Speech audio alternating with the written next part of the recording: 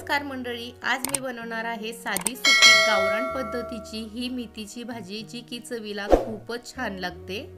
चला तर मग पाहूया याची रेसिपी। यासाठी मी इथं एक जुडी मेथी ही घेतलेली आहे। मेथी ही आपण तोडून स्वच्छ 3 ते 4 पाण्यामध्ये स्वच्छ धुवून घेणार आहोत।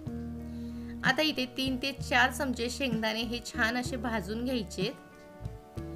त्यानंतर हिरवी मिरची 5 ते 6, लसूण पाकळ्या 8 ते 10। हिरवी मिरची तुम्हाला पाहिजे तसं तुम्ही कमी जास्त करू शकता। आपण इथं गावरान पद्धतीने बनवतोय, त्यासाठी मी इथं खलबत्त्यामध्ये शेंगदाणे हे जाडसर काढून घेते। जी चव आपण ह्या खलबत्त्यामध्ये काढून घेतो ना, त्याच्यामुळे भाजीला चव ही खूपच छान येते। मिरची सुद्धा त्याच पद्धतीने आपण इथं जाडसर काढून घेणार आहोत। बघा, मस्त अशी जाडसर इथं आपण मिरची काढून घेतलेली आहे।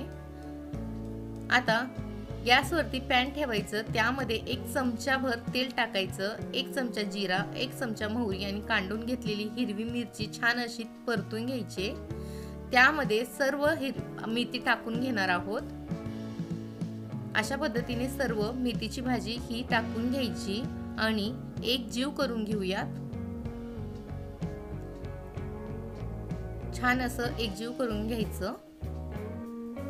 यामध्ये काढून घेतलेले शेंगदाण्याचं कूट हे सर्वच टाकून घ्यायचे।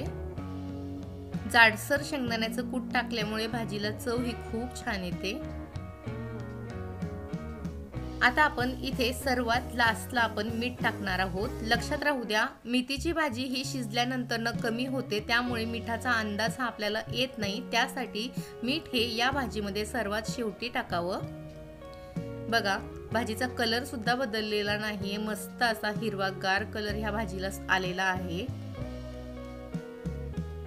तुम्ही एकदा बिना मसाल्याची, बिना कांद्याची, टोमॅटोची ही मेथीची भाजी करून तरी पहा, खूपच छान लागते।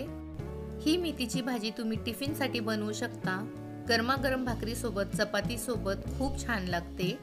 ही गावरान पद्धतीची मेथीची भाजीची रेसिपी तुम्हाला कशी वाटली मला कमेंटमध्ये नक्की सांगा। व्हिडिओ आवडला असेल तर व्हिडिओला लाईक आणि चॅनलला सबस्क्राईब नक्की करा। धन्यवाद।